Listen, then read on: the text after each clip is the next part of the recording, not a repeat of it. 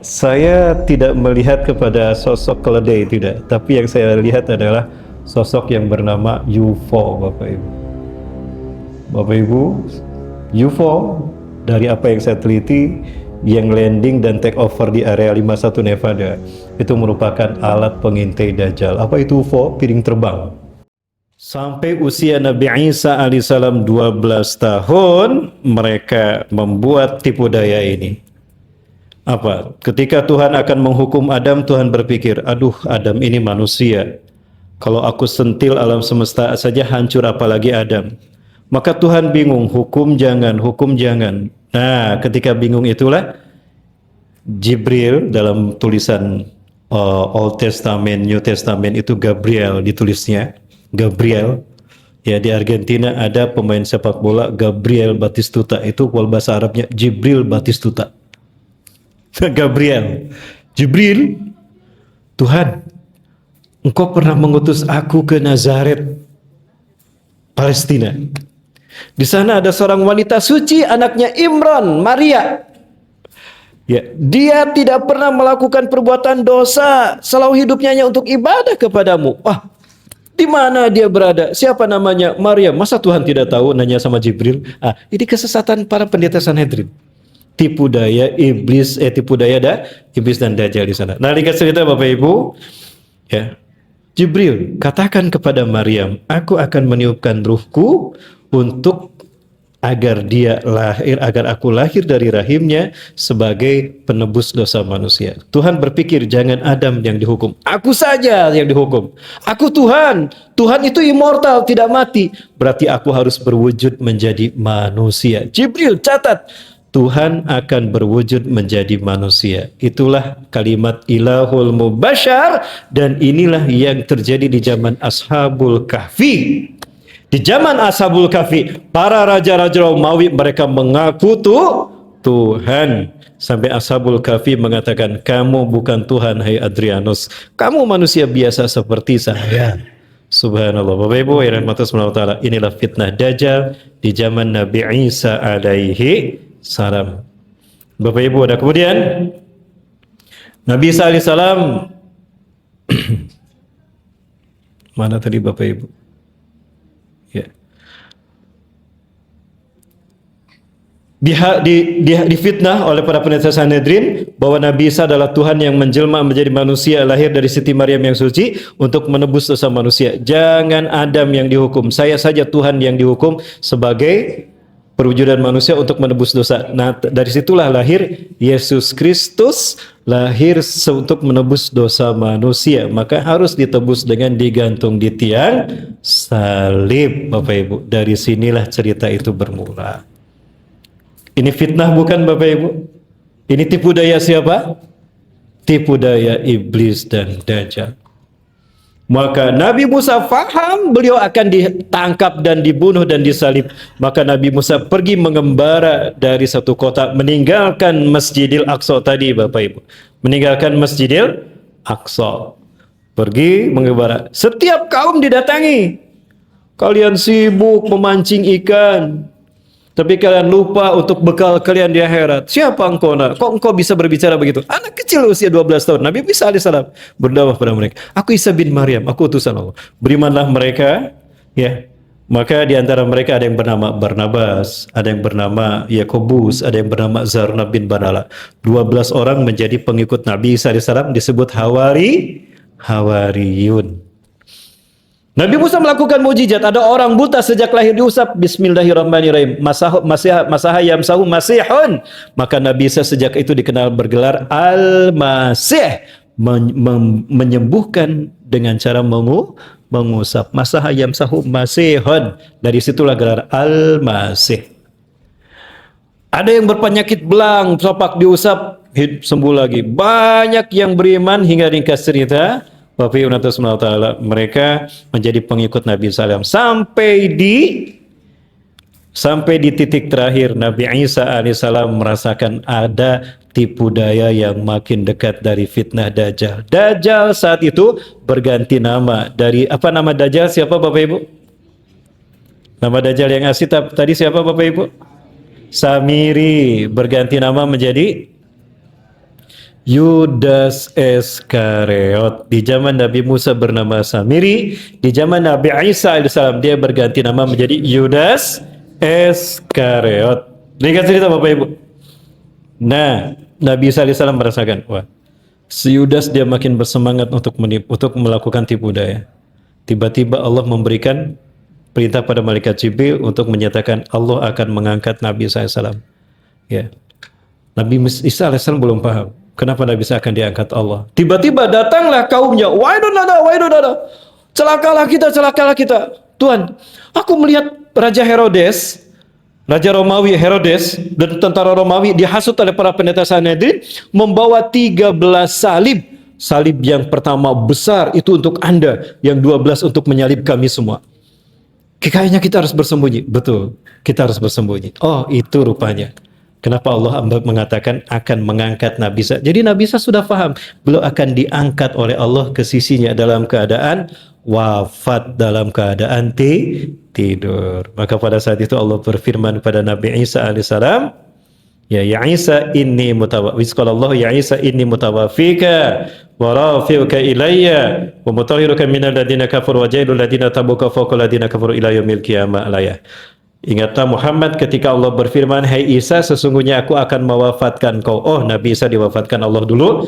Wa rafi'uka ilayya, dan aku akan mengangkatmu ke sisiku. Oh, berarti Nabi Isa sekarang sedang wafat di sisi Allah. Apa arti wafat, Bapak Ibu? Nanti kita bahas. Wa mutahhiruka minal ladina kafaru, dan aku akan membersihkan namamu, dirimu dari orang kafir. Apa maksudnya? Akan Allah buktikan di akhir zaman. Yang bergelar Al-Masih bukan Dajjal, tapi Nabi Isa alaihi salam. Ya, berarti dia pendusta, dia berdusta di hadapan manusia tentang ketuhanan Nabi Isa sebagai Yesus Kristus sang penebus dosa. Inilah fitnahnya zaman dulu. Sekarang masih ada tidak?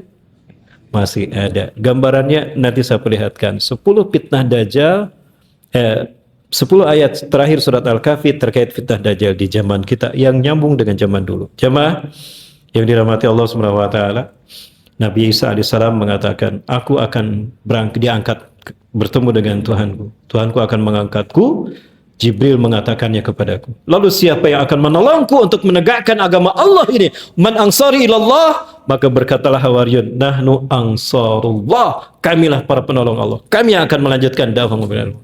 Maka kemudian bersembunyi mereka semua termasuk Nabi Isa alaihissalam. Ketika Nabi Isa alaihissalam bersembunyi itu, datanglah Herodes dengan tentara Romawi dan pasukan para pendeta Sanhedrin. Aku tahu kalian berada di sekitar sini, kata Herodes.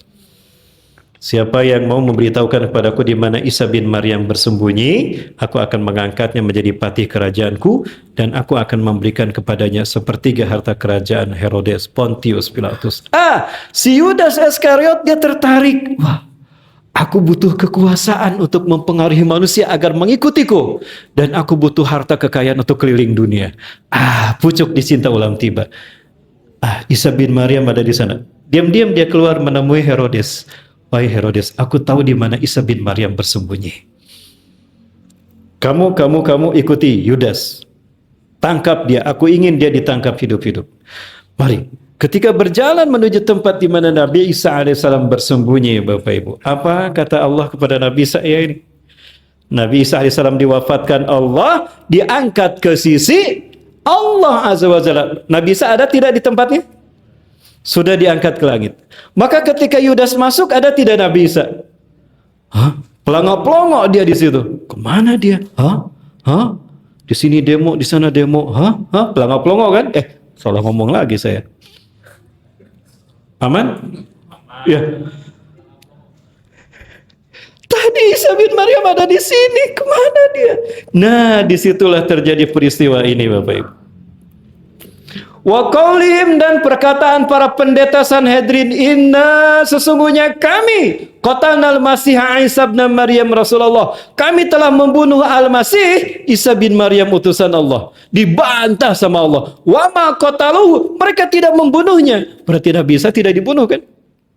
Wa ma salabu, berarti bukan Nabi Isa yang disalib. Mereka tidak menyalibnya. Walakin syubbiha lahum, tapi Allah serupakan untuk mereka. Yudas Iskariot yang berkhianat kepada Nabi Isa alaihissalam memberitahukan di mana Nabi Isa bersembunyi. Allah rubah wajahnya menjadi Isa bin Maryam. Maka ketika Yudas keluar, tadi ada di sana, kemana ya? Kok nggak ada? Dia keluar menemui tentara Romawi. Dia sudah berubah menjadi ditangkap tidak? Dialah yang ditangkap, dialah yang kemudian diikat di tiang salib, dipaku tangan dan kakinya. Ketika dia ditidurkan di salib besar itu, dia melihat Nabi Isa alaihissalam diangkat ke langit oleh malaikat Jibril. Di situ dia yang menyaksikan seorang diri, si Yudas ini. Maka dia mengatakan, Eli Eli lama sabachthani, Tuhanku, Tuhanku, kenapa kau tinggalkan aku? Diaraklah dia ke Bukit Golgota, peristiwa Paskah. Herodes memegang Old Testament, perjanjian lama di tangan kirinya. Pedang di tangan kanannya. Itu pedang ditusuk-tusukan sambil membaca Old Testament, sambil mundur ke arah Bukit Golgota. Banyak tusukan pedang menusuk tubuhnya, darah bercucuran, diambil darahnya, diminum. Itu rukun agama Kristen, Ekaristi Holy Water, rukun kelima. Dari 7 rukun agama Kristen, agama Kristen, yang kelima, Ekaristi Holy Water, rukun meminum air suci. Ya. Banyak tusukan tadi membuat dagingnya terkelupas. Ya, orang-orang Kristen, banyak orang-orang Yahudi saat itu, para pendeta Sanhedrin tentara Romawi mengambilnya dan memakannya. Sekarang menjadi rukun ketiga agama Kristen tadi, Ekaristi, Kusti Kudus, rukun memakan tubuh Tuhan. Luar biasa, tubuh Tuhan dimakan. Kenapa mereka meminum darah Nabi Yesus Kristus, memakan daging Yesus Kristus? Karena mereka yakin apabila ada bagian tubuh Yesus masuk ke dalam tubuhnya, mereka tidak akan disentuh api neraka. Ya. Selesai kebaktian, ada pendeta memegang nampan, ada roti kecil, itu dibagi-bagikan, mereka berbaris jemaahnya sambil keluar dikasih roti. Haleluya. Gimana? Nggak tahu saya. Oh, ada tahu? Oh, ada tahu? Kok ada tahu? Ada dulunya Kristen? Oh, enggak ada lihat di TV ya. Baik. Nah, dimakan. Bapak Ibu, di antara tusukan pedang itu menusuk mata kanan Yudas Iskariot. Bapak Ibu, disinilah terungkap siapa sebetulnya yang digantung di tiang salib. Siapa Bapak Ibu? Nih, coba lihat. Qala Abdullah, berkata Abdullah bin Umar radhiyallahu anhuma, qama Rasulullah sallallahu alaihi wasallam, berdiri Rasulullah SAW finnas di tengah-tengah manusia. Fasna Allah, beliau memuji Allah. Bima huwa ahluh, sebagaimana memang Rasulullah yang paling ahli memuji Allah. Summa dzakara Dajjal, kemudian Rasulullah bercerita tentang Dajjal. Ini sosoknya Bapak Ibu. Kalau disebut Dajjal, berarti sosok manusia seperti kita. Kalau fitnah Dajjal, sistemnya tipu dayanya. Ya, baik. Faqala, maka Rasul bersabda di tengah-tengah manusia sambil berdiri, Inni unzirukum, aku peringatkan kalian dari bahaya Dajjal. Wa ma min nabiyyin, dan tidak seorang nabi pun illa waqad anzarahu qaumah, melainkan telah mengingatkan tentang Dajjal pada kaumnya. Laqad anzarahu Nuh qaumah, dan sungguh Nuh telah memperingatkan tentang Dajjal pada kaumnya. Walakinni, nah ini yang menarik. Walakinni, akan tetapi aku, saqulu lakum, akan aku katakan kepada kalian fihi, tentang Dajjal, qaulan, satu perkataan, lam yakulhu nabiyyun liqaumi, belum ada seorang nabi pun yang mengatakan pada kaumnya. Jadi hanya Rasulullah SAW yang tahu tentang Dajjal yang satu ini, tentang sisi yang satu ini terkait Dajjal. Semua nabi dan Rasul tidak tahu tentang hal ini. Apa itu Bapak Ibu? Kita lihat. Ta'lamuna annahu a'war wa anna Allah laysa bi'awar. Kalian tahu bahwa sesungguhnya dia pecak mata kanannya dan Allah tidak pecak. Allahu Akbar. Ya. Cuma Rasulullah yang tahu kalau Dajjal pecak mata kanannya, jamaah. Jadi sejak Nabi Adam sampai Nabi Isa alaihi wassalatu wassalam, mereka tahu Dajjal itu matanya dua seperti kita, normal Bapak Ibu. Tidak satu di sini. Dari mana riwayatnya itu? Itu bohong. Gak ada riwayat Dajjal matanya satu di sini. Enggak Bapak Ibu. Dajjal itu diketahui para Nabi dan Rasul semuanya matanya dua, mengatakan Dajjal dua. Dan cuma Rasulullah yang tahu. Kenapa? Peristiwanya terjadi ketika Nabi Isa alaihissalam diangkat kan? Berarti Nabi Isa tidak tahu apa yang terjadi di bawah. Dan ini yang terjadi. Maka berita ini sampai pada Nabi yang berikutnya. Nabi setelah Nabi Isa, Rasulullah SAW. Salah satu tusukan pedang Yudas Iskariot menusuk salah satu tusukan pedang siapa? Herodes, Raja Romawi, menusuk mata kanan Yudas Iskariot. Terus mengatakan, "Faka'anna ainu ka'ainabah." Matanya seperti anggur hitam, pecah matanya, jadi putihnya nggak ada. Nah jamaah, ya maka dialah yang digantung di tiang salib. Dikuburkan dia 3 hari 3 malam. Barnabas mengatakan pada teman-temannya, kepada Yakobus, pada Jarna bin Bara'ana, aku ingin membuktikan, penasaran. Kita lihat setelah 3 hari 3 malam ini, kalau kita gali ternyata dia masih hidup, berarti dia dajjal. Umurnya nanti sampai akhir zaman. Tapi kalau dia sudah mati, berarti Yudas atau Samiri, dia manusia biasa seperti kita. Tengah malam itu digali kuburannya. Dan apa yang terjadi? Barnabas, Yakobus, Zarna bin Bar'ala, Hawariyun menyaksikan Yudas masih hidup. Sebelum digali, Allah kembalikan wajah Yudas kepada wajah Nabi Isa AS kepada wajah Yudas. Pergantian wajah itu terjadi memancarkan cahaya yang menembus ke kain kafan. Darah di wajahnya membentuk sketsa wajah Nabi Isa AS. Maka kita lihat semua gereja di seluruh dunia, Bapak Ibu, semua gereja di seluruh dunia itu memperlihatkan wajah Yesus yang sama kan? Untuk di Eropa dan di Asia berwarna seperti kita. Kalau di Afrika warnanya kulit hitam, wajahnya negro. Bapak Ibu yang dirahmati Allah SWT, kemudian dia diobati oleh Barnabas, Bapak Ibu. Diobati oleh Barnabas dan Zarna bin Bala oleh Hawariyun. Ditunggu saat di mana dia mengaku Isa bin Maryam. Ketika Barnabas sedang bekerja, datanglah si Yudas Iskariot. "Hei Barnabas, lihatlah aku, berimanlah padaku. Sesungguhnya aku Isa bin Maryam." Benarlah kamu Dajjal. Ya, "A'taqidu wa annaka Dajjal la'natullah alaik." Aku makin yakin engkau adalah Dajjal. Pergi kamu. Diusirlah dia oleh siapa? Oleh Barnabas. Kenapa tidak dibunuh? Yang membunuhnya nanti Nabi Isa alaihi salam. Bapak Ibu, berkelilinglah dia keliling dunia, bertemu dengan siapa? Bertemu dengan iblis laknatullah alaihim di mana? Di segitiga Bermuda. Pertemuan itulah yang ditunggu-tunggu oleh iblis, maka kemudian mereka merayakan pertemuan tadi di segitiga Bermuda ini, lalu dia sepakat bersama iblis untuk melakukan tipu daya kepada umat manusia di akhir zaman. Apa isi tipu dayanya? Ini dia. Keduanya adalah satu makhluk. Mereka mengatakan Dwi Tunggal. Sama-sama dilahirkan di negara yang dihancurkan Jibril. Sama-sama diselamatkan ketika masih bayi. Si Ajazil kemana? Alam Malakut bersama para malaikat. Si Samiri kemana? Pulau Sokotra. Kemudian yang satu terlihat dan yang lainnya tidak terlihat. Tujuan persahabatan ini adalah untuk menghancurkan Islam dan kaum muslimin. Sekali lagi, menghancurkan Islam dan kaum muslimin. Yang kedua, menampakkan kesalahan Tuhan yang maha besar yang telah tua renta. Jadi Allah dia fitnah, katakan sudah tua renta. Udah ayana regenerasi, kasih aja kepada anaknya. Biar anak Tuhan yang mewakilinya sekarang. Halo, aman jemaah? Bisa diikuti? Lanjut jemaah. Yang ketiga, menjelaskan bahwa orang-orang adalah umat yang terbaik yang diutus pada manusia. Bukan kaum muslimin yang memiliki sifat Dajjal. Diputar balikan data tadi. Inilah fitnah mereka. Kemudian, lalu iblis menetapkan letak istananya itu di dekat Pulau Bermuda. Muhammad Isa Daud, Dajjal akan musuh dari segitiga Bermuda. Ada dalam buku itu. Bapak Ibu, kemudian kita bersebat.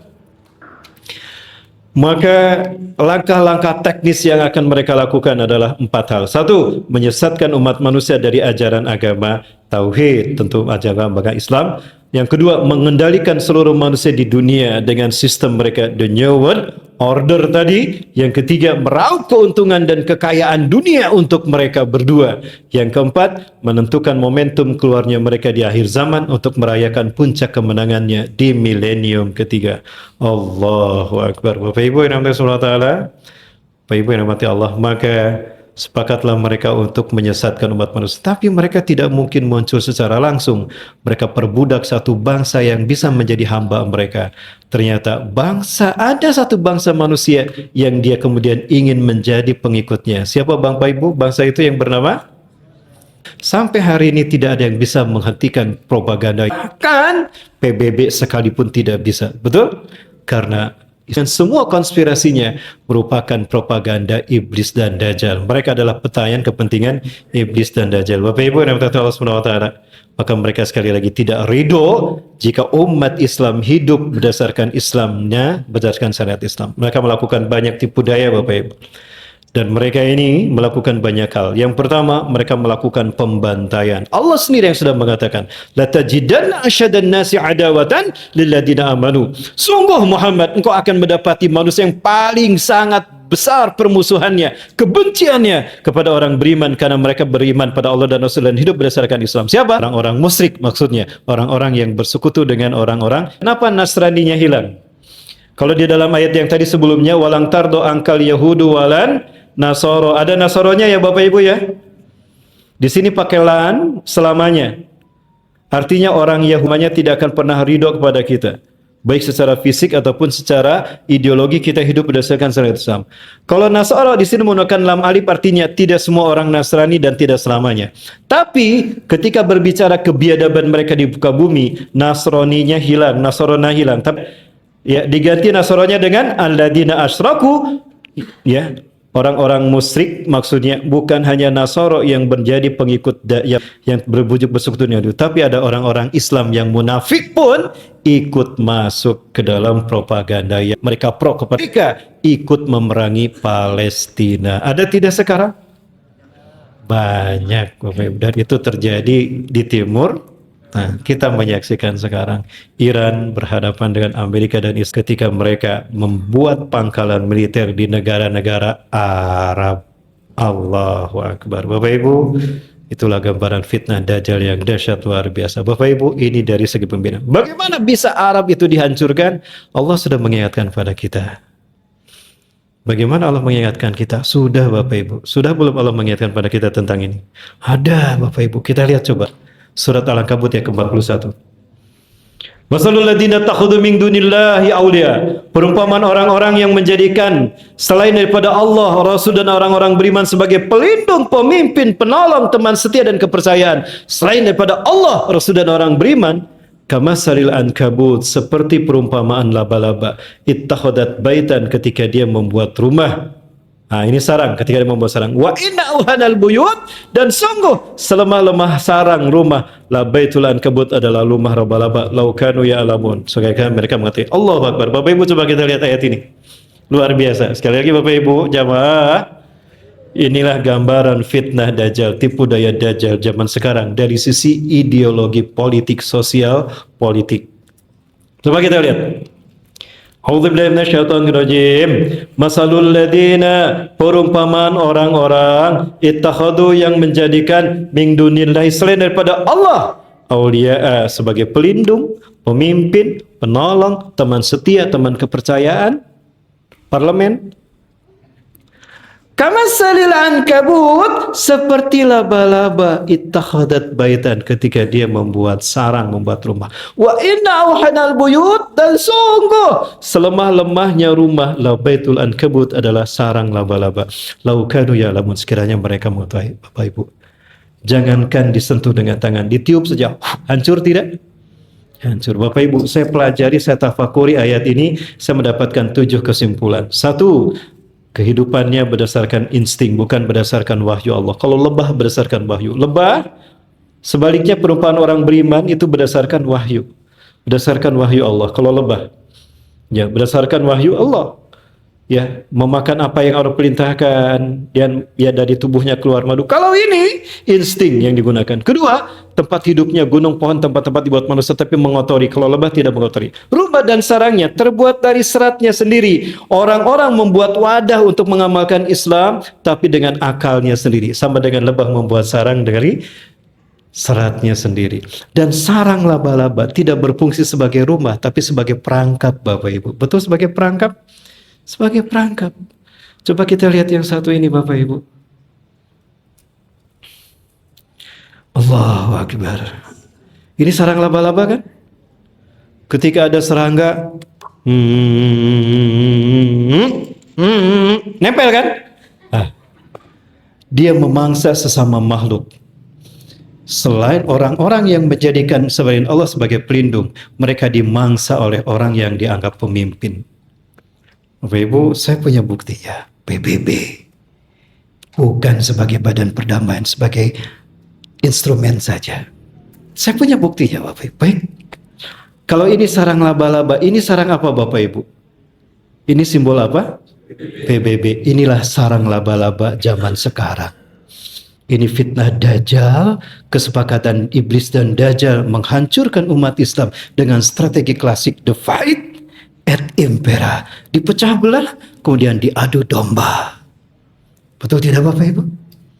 Ya. Dan tidak boleh ada satu negara, tidak bisa kita mengklaim sebagai sebuah negara, melainkan kita mengadu, mendaftar kepada PBB. Inilah simbol PBB. Sama tidak simbolnya Bapak Ibu? Ini sarang laba-laba, ini sarang bangsa-bangsa. PBB, sejak kapan PBB dipimpin oleh orang Islam? Pernahkah, apakah PBB berdasarkan Quran dan Sunnah? Umat Islam tidak sadar ketika kita mengikuti Nasrani, kita terjebak dalam sarang bangsa-bangsa seperti dalam sarang laba-laba. Bapak Ibu, inilah sarang laba-laba tadi. Allahu Akbar. Allah sudah jelaskan kepada kita.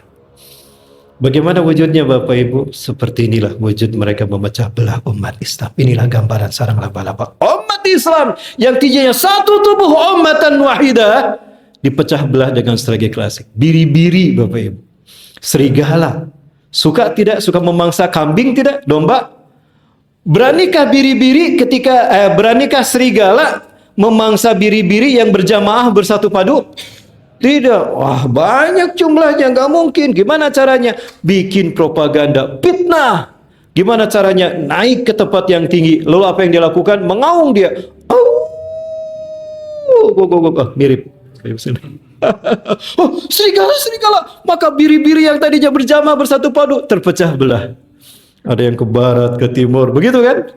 Dicaplok satu-satu, plak, ya, plak, ya. Turki Utsmani tidak dihancurkan langsung dari tengah. Islam tidak dihancurkan langsung diperangi Turki Utsmani, tidak.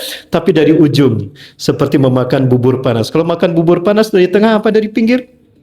Dari pinggir. Dimakan dulu apa?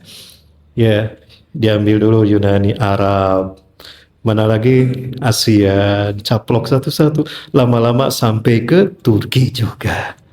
Bapak Ibu, umat Islam dipecah belah yang tadinya satu dengan instrumen komunisme yang mereka ciptakan di blok timur, kapitalisme yang mereka ciptakan di blok barat, diciptakan PBB untuk menyeimbangkan antara komunis dan kapitalisme agar ada wasit. Kalau pertarungan ada wasit tidak? Itulah PBB, wasitnya. Tapi yang namanya wasit kalau ada uangnya enak, dimenangkanlah Arab dan Qatar. Akhirnya menang mereka, naik ke Piala Dunia, ternyata memalukan Asia di Piala Dunia. Mana jadi kadinya itu? Tolong diedit ya Bang. Karena ada, saya buktikan Bapak Ibu. Sejak kapan PBB pro kepada dunia? PBB itu Badan Perdamaian Dunia, betul? Artinya dia menjaga dan menciptakan perdamaian. Betulkah demikian? Umat Islam yang satu tubuh dipecah belah menjadi nasionalisme. Udah dipecah belah dalam nasionalisme, dipecah belah dalam multi orpol, ormas, sekte madhab. Betul kan? Seperti sekarang akibatnya apa Bapak? Mudah mereka dibantai dan diadu domba. Bapak Ibu yang dirahmati Allah, ini buktinya. Kita lihat buktinya sekarang. Jangankan berbicara tentang umat Islam seluruh dunia Bapak Ibu.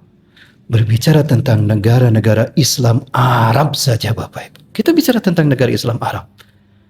Jumlah mereka mayoritas di sekeliling Palestina. Ada berapa jumlah mereka? Ada ratusan juta Bapak Ibu. Ratusan juta jumlah mereka di tanah Arab. Ini saya buktikan Bapak Ibu. Kita lihat sama-sama. Bapak Ibu. Ini Palestina dihuni oleh 4,29 juta Muslim Arab. Muslim Palestina. Dan di sekeliling Palestina ada negara-negara Islam Arab. Saya catat jumlah umat Islam mereka. Ada Maroko, ada Djibouti. Itu sekarang lagi main bola kan? Bapak Ibu, larut dalam itu. Lupa kepada Palestina. Ya. Jumlah mereka ada berapa? 364,76 juta jiwa. Di Palestina tidak lebih dari 9,6 juta Yahudi. Kok bisa 9,6 juta Yahudi? Kemana ini yang 364,76 juta jiwa? Andai mereka kencing bareng-bareng tenggelam, tidak ini Bapak Ibu? Untuk kencing bareng-bareng pun tidak bisa. Kenapa? Mereka dipecah belah menjadi bernegara-negara. Udah dipecah belah dalam bernegara. Ada multi orpol, beda orpol, sama-sama partai politik Islam gak mau bersatu. Betul? Berbeda madhab, etnis. Inilah strategi Dajjal dan Iblis menghancurkan Islam lewat Iblis dan begina perumpamaan sarang laba-laba itu Bapak Ibu. Jelaskan Allah memberitahukan pada kita bagaimana mereka menghancurkan Islam dan kaum muslimin. Maka percayakah kita kepada bangsa Arab sekarang sudah kita lihat mereka pro kepada siapa? Kepada Palestina atau kepada Israel dan Amerika? Ya, maka jangan pernah kita tertipu oleh mereka. Mengaku paling sunnah, paling Islam hadir dari tanah mereka, tapi mereka berkhianat pada Islam dan kaum muslimin. Inilah kenapa Allah tidak mau Islam merdeka, Islam tegak di akhir zaman melalui mereka. Tidak. Kembali pada perpecahan. Inilah perangkap iblis dan dajjal, tipu daya iblis dan dajjal zaman sekarang. Kita baru bicara umum, nanti kita rinci satu persatu fitnah dajjal dan tipu daya ini di zaman sekarang. Insya Allah pembahasan ini terus berlanjut Bapak Ibu sampai saya pulang nanti ke Bandung. Bapak Ibu maka hadir terus dalam kajian saya karena materi ini akan dibikin berlanjut. Kalau saya teruskan subuh baru selesai. Siap Bapak Ibu? Nanti besok subuh di mana? Masjid Al-Mukhlisin Al-Muhsin. Bapak Ibu kita lanjutkan materi ini sebagai dalam bentuk judul mungkin Al-Mukhlisin apa temanya? Ya insya Allah temanya sudah ada. Nabi Isa alaihissalam. Kita lanjutkan tentang Nabi Isa alaihissalam versus Dajjal. Nah, kita lanjutkan itu. Versus Dajjal. Nyambung dengan materi kita hari ini. Bapak Ibu baik, Bapak Ibu nanti waktu kita tidak banyak sebetulnya masih banyak hal yang ingin saya sampaikan. Dan saya kaitkan dengan bagaimana hari ini baik Bapak Ibu. 2 menit terakhir boleh 2 menit terakhir closing ya Bapak Ibu yang dirahmati Allah. Sebagai kita lihat jumlah umat Islam mayoritas, tapi apa kata Rasulullah SAW? Ya. Qala Rasulullah SAW, Rasulullah bersabda, yushikul umam ang tada alaikum. Aku khawatirkan umat manusia akan memangsa kalian. Kama tadal akalatu ila skotatia. Seperti hidangan yang akan disantap di tengah meja hidangan disantap di atas meja. Jadi umat Islam hari ini ibarat hidangan di atas meja. Aku khawatir kalian akan dimangsa oleh bangsa-bangsa di dunia. Seperti hidangan di atas meja disantap oleh mereka. Kemudian faqala qailun, maka berkatalah seseorang yang bertanya, wa min kilatin nahnu yaumaidin ya Rasulullah, apakah kita jumlahnya sedikit minoritas? Bal antum yaumaidin kasir, jumlah kalian banyak. Tadi kita lihat, kita hitung, jumlah kalian banyak. 364 juta bangsa Arab ada di sekeliling Palestina, tapi kalah sama 9,6 juta. Kenapa? Karena kita berpecah belah. Bapak Ibu, kita berbeda ormas, kita berbeda orpol, kita berbeda madhab kan? Betul, berbeda. Ada yang, mohon maaf Bapak Ibu, ada yang Persis, Muhammadiyah, NU, ada yang Salafi, ada apa lagi? Jamaah Tabligh. Kita berbeda pergerakan kan? Tapi masing-masing punya kelebihan, betul? Punya hasanah tersendiri. Tapi mungkinkah masing-masing bisa berjuang hanya sendirian dan menang membela Islam? Ibarat kita berperang hanya dengan ibu jari atau dengan telunjuk, betul? Bisa menang tidak? Tapi coba bayangkan kalau semuanya bersatu, seperti jari yang berbeda bentuk dan fungsinya kita satukan, kita kepalkan. Ada yang mau nyicip? Begitulah ketika umat Islam bersatu. Maka sepenhancurnya Turki, bawah bimbingan iblis dan dajjal berkata, jangan kau biarkan umat Islam bersatu, bikin mereka pecah belah. Maka jumlah mayoritas mereka tidak lagi menjadi ketakutan. Waliyakzifanna fi qulubi waliyangza'annallahu min suduri aduwikum al-mahabbah. Allah mencabut rasa takut dari dada musuh kalian. Jumlah kita mayoritas tidak lagi mereka takuti karena kita sudah dipecah belah. Kemudian waliyakzifanna fi qulubihimul wahan, dan Allah fi qulubikumul wahan, dan Allah akan membenamkan penyakit wahan kepada hati kalian. Faqala al-qail, bertanya Rasulullah, apa itu wahan? Cinta dunia dan takut mati. Kita Indonesia yang Allah berikan kehormatan membebaskan Palestina. Allah. Bangsa mana itu? Insyaallah bangsa itu bernama Indonesia. Amin ya rabbal alamin. Baik, itu Bapak Ibu yang dapat saya sampaikan, lebih dan kurangnya mohon maaf. Materi akan kita terus lanjutkan Bapak Ibu. Ya, dan insya Allah di sini nanti pembahasan kita tentang pertemuan iblis dan dajjal. Di sini nih Bu, Nabi Isa alaihissalam akan turun di masjid ini. Disinilah nanti pertemuan iblis dan dajjal, di mana di Gutah di Masjid Umawi. Bagaimana pembahasannya? Saksikan nanti dalam kajian besok subuh, Nabi Isa alaihissalam versus Dajjal di Masjid Al-Mukhlisin.